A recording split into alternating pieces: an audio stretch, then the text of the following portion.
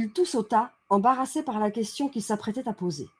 « Excusez-moi de vous demander cela, Mrs. Green, mais qu'avez-vous mangé avant de rentrer chez vous ?»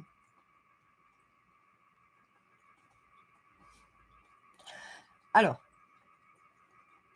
j'ignore la pertinence de cette question, parce que moi, j'aurais demandé si elle avait consommé de l'alcool déjà qu'elle est en train de boire, ou si elle a fumé un pet, mais me dis pas que genre il va lui dire oui parce qu'on sait jamais si vous avez mangé des crevettes et qu'elles n'étaient pas fraîches, vous avez fait une petite hallucination, vous avez vu un monstre à tentacules, c'est normal. C'est normal. Alors, elle fronça les sourcils et retrouvant peu à peu son calme, elle répliqua « Ah, quand même, c'est une façon détournée de me demander si je n'avais pas bu. » Okay. Non, je n'étais et ne suis pas ivre. Vous pouvez d'ailleurs en juger en me voyant. J'ai tout juste bu un verre de lait et mangé un sandwich avant d'aller à l'Omnirama. Je mange peu le soir, donc je ne fus pas victime d'une crise de délirium très mince. Mrs. et M. Buckner, eux non plus, n'étaient pas ivres. Je n'ai pas voulu insinuer cela, Mrs. Green. Et je ne doute pas de votre sobriété. Cependant,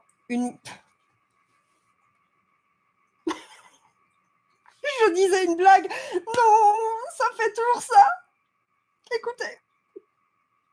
Cependant, une mauvaise digestion peut parfois provoquer des troubles.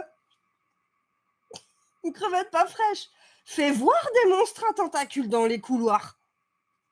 La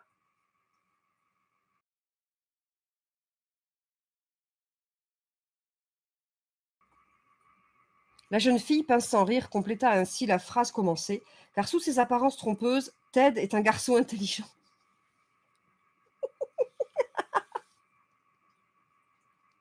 Comment elle l'a taclé? Attends, est-ce que ça, c'est pas la bonne blague qu'on n'attendait pas? Ted et Laura, après avoir quitté la rédaction, descendaient le Grapeland Boulevard en devisant de choses et d'autres. Pute, salope, connard! Ils devisent.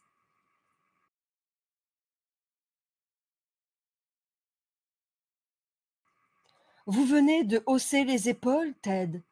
Pourquoi?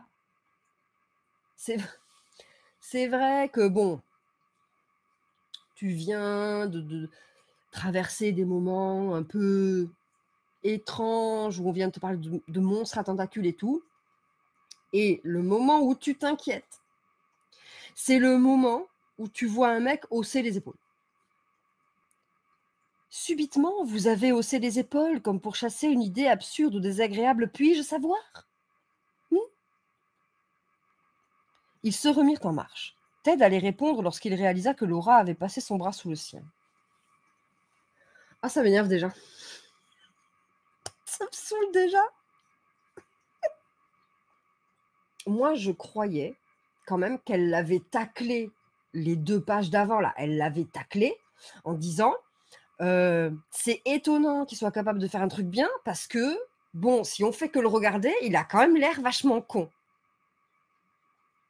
Mais là, genre, elle lui sort un pitch naze en mode Ted, vous avez haussé les épaules, allez-vous bien, Ted? Et genre, elle passe son bras sous le sien et elle accepte d'aller s'asseoir sur un banc. Qu'est-ce qui se passe? Ou alors il vit une hallucination.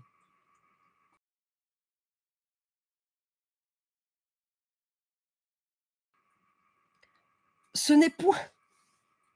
C'est le mec, hein, c'est Ted qui parle. Il parle comme ça, il dit « Ce n'est point ma propre hallucination qui est inattendue.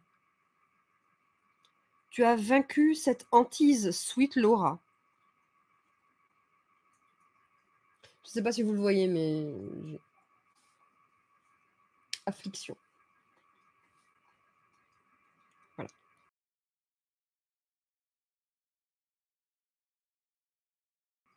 As-tu pensé à un rat de cette taille? Genre, est-ce que c'est ta faute, espèce de connasse? Tu crois les chats capables d'avoir pensé ce rat immonde? Cela me paraît assez clair, non? Non, Jimmy, Non,